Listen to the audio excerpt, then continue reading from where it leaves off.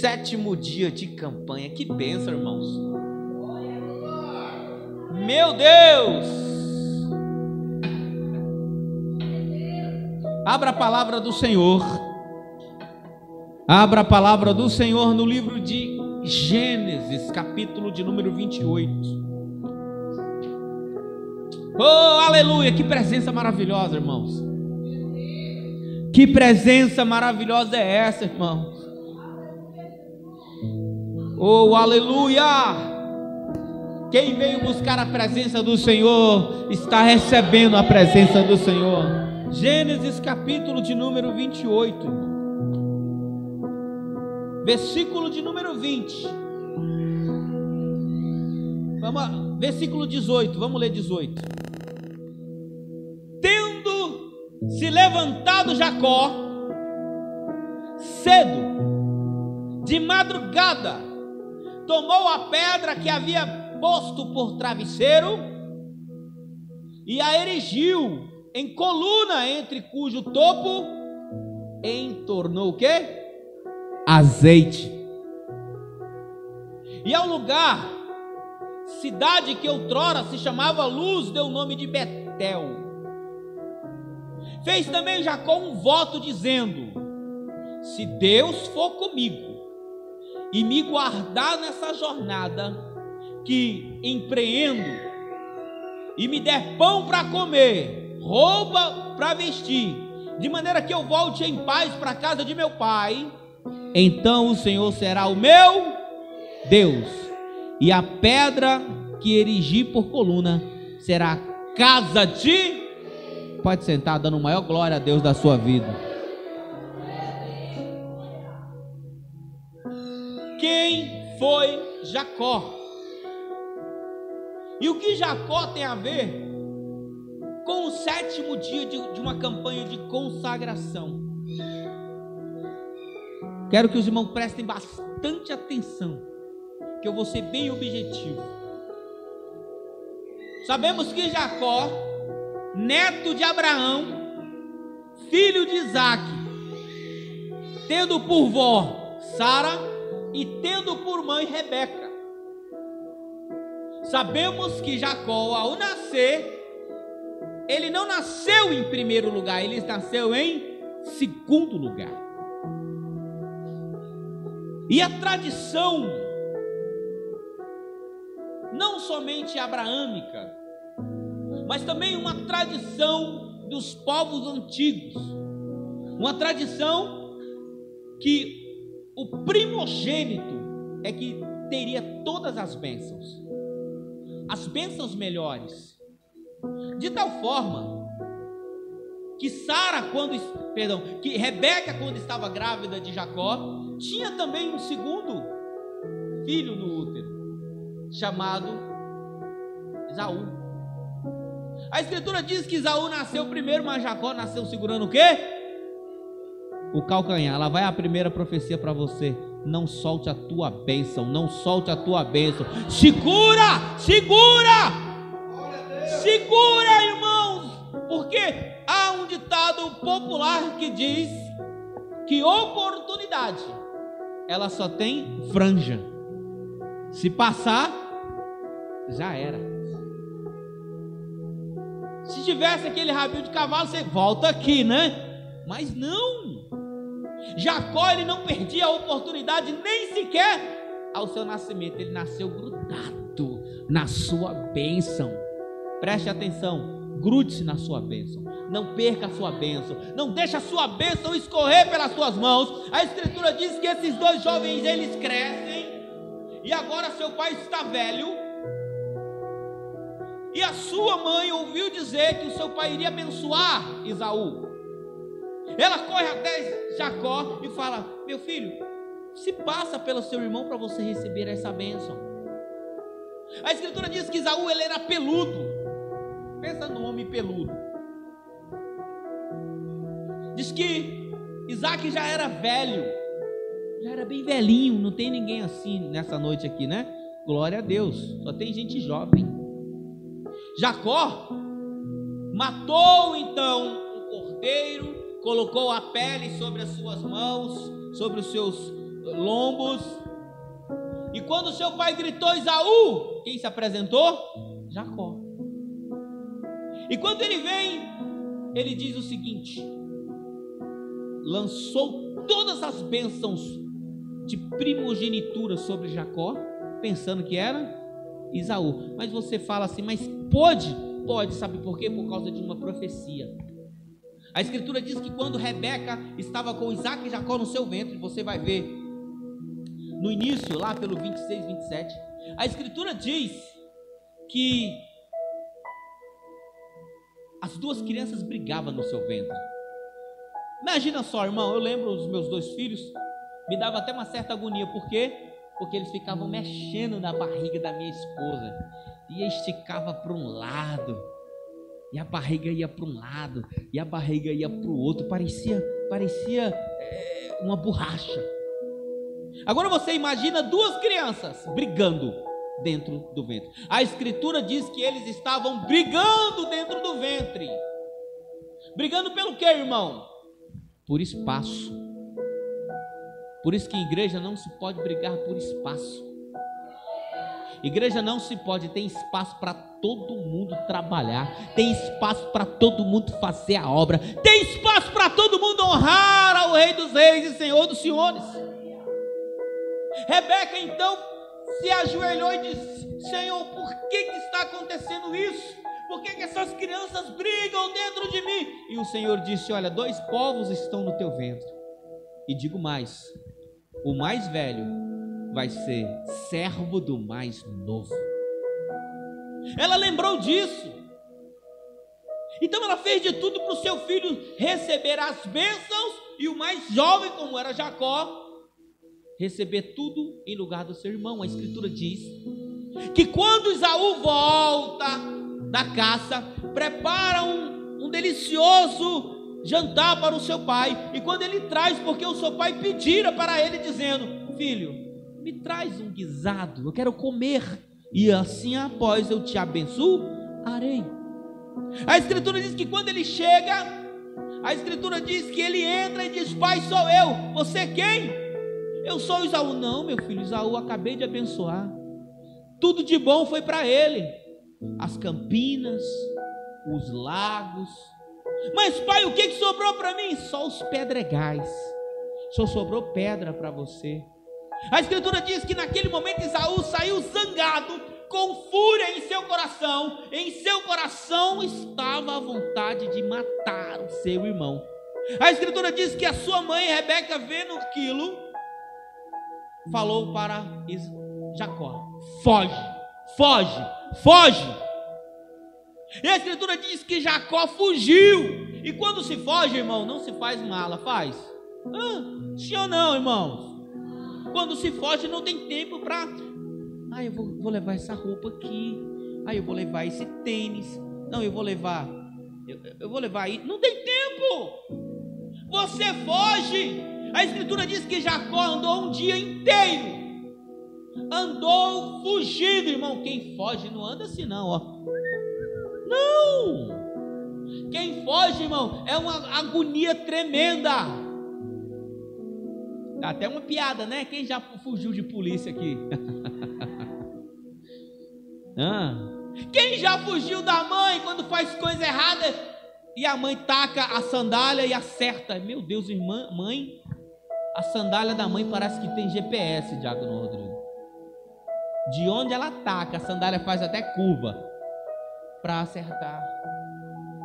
Sim ou não, irmãos? Jacó estava fugindo, então ele correu, até que ele chegou em um lugar chamado Luz. Anoiteceu. Jacó, a prova maior é que Jacó não tinha nenhuma mochila, Jacó não tinha nenhum alforge, Jacó não tinha levado nada. As pernas cansaram e ele deu sono. E a escritura nos ensina que ele deita, pega uma pedra e coloca como travesseiro. Irmãos, eu já fui para acampamento, eu já fiz várias viagens missionárias, quando se está no aeroporto, quando está em uma rodoviária, quando está numa estação de trem, e o trem não vem, e o ônibus atrasa, e o voo também não, você deita no banco e você usa o que como travesseiro? A tua mochila. Mas Jacó não tinha nenhuma mochila, ele usou uma pedra como travesseiro. Quem está entendendo, dá um glória a Deus. Jacó não tinha nada. Jacó não tinha, fala para o irmão, Jacó não tinha nada. Jacó não tinha nada, Jacó. E o que se faz com um homem que não tem nada? Agora é profético, fala para o irmão, ele sonha. Quando se não tem nada, se sonha. Quando se não tem emprego, se sonha. Quando não se tem saúde, se sonha. Quando se não tem um carro, se sonha. Quando não tem uma casa, sonha. Quando não tem uma esposa, sonha. Quando não tem um marido, sonha. Quando não se tem nada, então entra o sobrenatural na vida dessa pessoa. A Escritura diz que Jacó então usa uma pedra como travesseiro e usa as estrelas como, sabe o que? Cobertor, como coberta. Ele olha para as estrelas. A Escritura diz que quando ele está dormindo, Deus aparece para ele em sonho. Quer dizer para você, no teu momento de solidão, no teu momento de mais dureza, no teu momento mais difícil, Deus, ele vai aparecer para você e vai te dar uma palavra de ânimo, uma palavra de vitória, de conquista. Porque não foi assim com Jacó, foi assim. A Escritura diz que ele aparece a Jacó em sonho.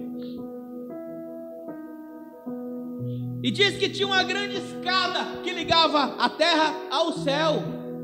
E a Escritura diz que os anjos desciam e subiam, os anjos desciam e subiam. E Deus aparece e fala para ele assim: Jacó, está vendo tudo isso aqui? Aonde você consegue enxergar essas terras, Jacó? E Jacó assim: eu estou vendo, Senhor, eu estou vendo. Tudo isso é teu, tudo isso eu entrego nas tuas mãos, tudo isso é teu. Agora vem algo difícil. A Escritura diz que Jacó acorda e ele olha, mesmo tendo por herança toda a terra, a Escritura diz que ele acorda e ele ainda continua com a sua cabeça em uma pedra. A Escritura diz que ele se levanta com autoridade. Se fosse um homem fraco, se fosse um homem lerdo, se fosse alguém fraco na fé, ele voltaria para casa para morrer, talvez, para pedir perdão ao seu irmão, talvez, eu não sei, mas ele era alguém de fé, que desde o seu nascimento, ele não deixou a oportunidade passar, ele se segurou nela. A Escritura diz que ele pega aquela pedra que ele usou como travesseiro e derrama óleo, azeite sobre aquela pedra. Em primeiro lugar, ele muda o nome daquele lugar. Sabe por quê? Porque não é o lugar que vai determinar a tua bênção, não é o lugar que vai determinar a tua vitória. Ei, irmão, você pode estar em qualquer lugar, você pode estar no pior lugar de todos, mas é você que vai fazer o lugar. É sim. Quem lembra de José? José estava onde? No calabouço. José estava preso, mas ele transformou aquele lugar. A Escritura diz, meus amados, que todos os presos eram tranquilos. O cárcere ficou tranquilo, porque é o crente, é você que faz o lugar, é você que transforma o lugar. A Escritura diz que à meia-noite Paulo e Silas estavam apanhados, presos, acorrentados, mas eles fizeram de um lugar de morte, de tortura, de açoites, um lugar fédido, um lugar úmido, um lugar que talvez teria até mesmo ossos humanos, até mesmo seria um sepulcro, mas naquele lugar eles fizeram a casa de Deus, e Deus desceu naquele lugar, e o poder de Deus, houve um terremoto. Eu quero dizer para você, é você, somos nós, diácono, que fazemos o lugar. Assim fez Jacó, não tinha nada, talvez com fome,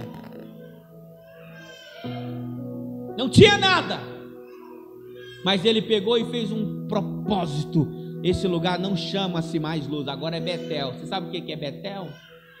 Betel significa casa do pão, ou seja, onde há mantimento, onde há mantimento para a sua vida. Ele mudou o lugar daquele, ele mudou o nome daquele lugar, e ele disse, fez um voto com Deus, pegou o óleo, derramou sobre aquela pedra e disse: espera aí, se o Senhor for comigo, se o Senhor me der pão para comer, se o Senhor me der veste para vestir, e se em paz eu retornar à casa de meu pai, ele diz, de tudo quanto eu tiver, eu vou te entregar, eu vou entregar no teu altar, eu vou entregar no teu altar. E o Senhor esteve falando comigo essa palavra, dizendo, o que mais eu tenho nessa vida? Quanto nós temos de mais valor, diácono? Não é carro, não é casa. Sabe o que é, igreja? A Bíblia diz no livro de Provérbios que os nossos filhos são herança do Senhor. O que nós temos de mais valor, eu quero classificar em duas coisas. Primeiro, a presença de Deus, eu nem vou colocar, porque isso é acima de qualquer coisa. Aqui na terra nós temos duas coisas, que essas duas coisas são uma só: família. Família. Família. Família. Eu quero fazer um voto com você nessa noite, igreja. Eu quero que você coloque a tua vida, a tua família no altar do Senhor. A tua família. Quando você for para casa, você vai ungir todos da tua família, todos da tua família. Não espera dormir se o marido é bravo demais. Já desse eu encontrei um marido de uma irmã aqui da igreja. Aí eu falei, que dia que você vai na igreja? Ele falou, não, pastor, me deixa quieto, me deixa quieto. Espera o irmão dormir, vai lá e unge ele. O filho, espera o menino dormir. Ei, irmãos, para analisar. Quando o teu filho dorme, você vai lá orar por ele? Quando a tua filha dorme, você vai. Eu não durmo antes de passar, né? Embora esse aqui feche, tranca a porta. O Nicolas tranca a porta. Acho que é para mim não ir lá orar por ele. Mas a Giovana, todo dia eu passo no quarto dela. Ela fica brava, mas eu passo lá. Porque eu aprendi o poder da língua. O poder, irmão. A Bíblia diz que nós colheremos dos bons frutos se nós soubermos decretar. Decreta sobre o teu filho que ele vai ser um servo de Deus. Decreta sobre a tua filha que ela vai ser uma serva de Deus. Decreta sobre o teu marido, sobre a tua esposa, que ambos serão servos do Senhor. Hoje nós temos ali na porta, irmão, olha que bênção, que bonitinho.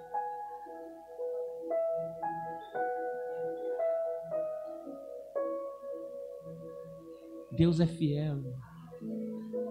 Só Deus sabe quantas vezes a irmã Karina desceu na madrugada para orar por ele. Todo mundo quer o marido convertido, mas ninguém quer o processo que ela passou. Eu ainda vou ver o irmão Carlos aqui pregando, em nome de Jesus. Diácono Carlos, recebe isso em nome de Jesus. Eu ainda verei o Juscelio pregando aqui em nome de Jesus. Em nome de Jesus. Agora tem que ter um pacto, uma aliança, um elo com Cristo. E você faz isso hoje. A Escritura diz que Jacó ele vai sem nada. Para resumir, a Escritura diz que ele chega numa terra sem dinheiro, sem nada.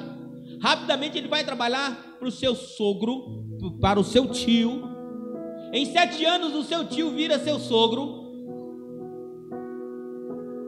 Em 14 anos Jacó fica mais rico do que o seu sogro. E ele volta, se reconcilia com seu irmão. E ele fica mais rico do que o seu irmão e o seu pai. Agora, é um voto em que você é duas mãos. A mão é dupla. Você pede honra e o Senhor, Ele é fiel para cumprir tudo aquilo que Ele prometeu na sua vida. Só você que quer fazer esse pacto com Cristo. Fica de pé, em nome de Jesus. E lembrando que nós temos aqui os nossos irmãos também no nosso canal no YouTube, viu, irmãos? Nós temos aqui o AD Ebenezer Vila Mutirão, Assembleia de Deus Vila Mutirão. Recebe no link, irmão. Clica lá, curte, compartilha. E Deus, Ele vai te abençoar também, em nome de Jesus.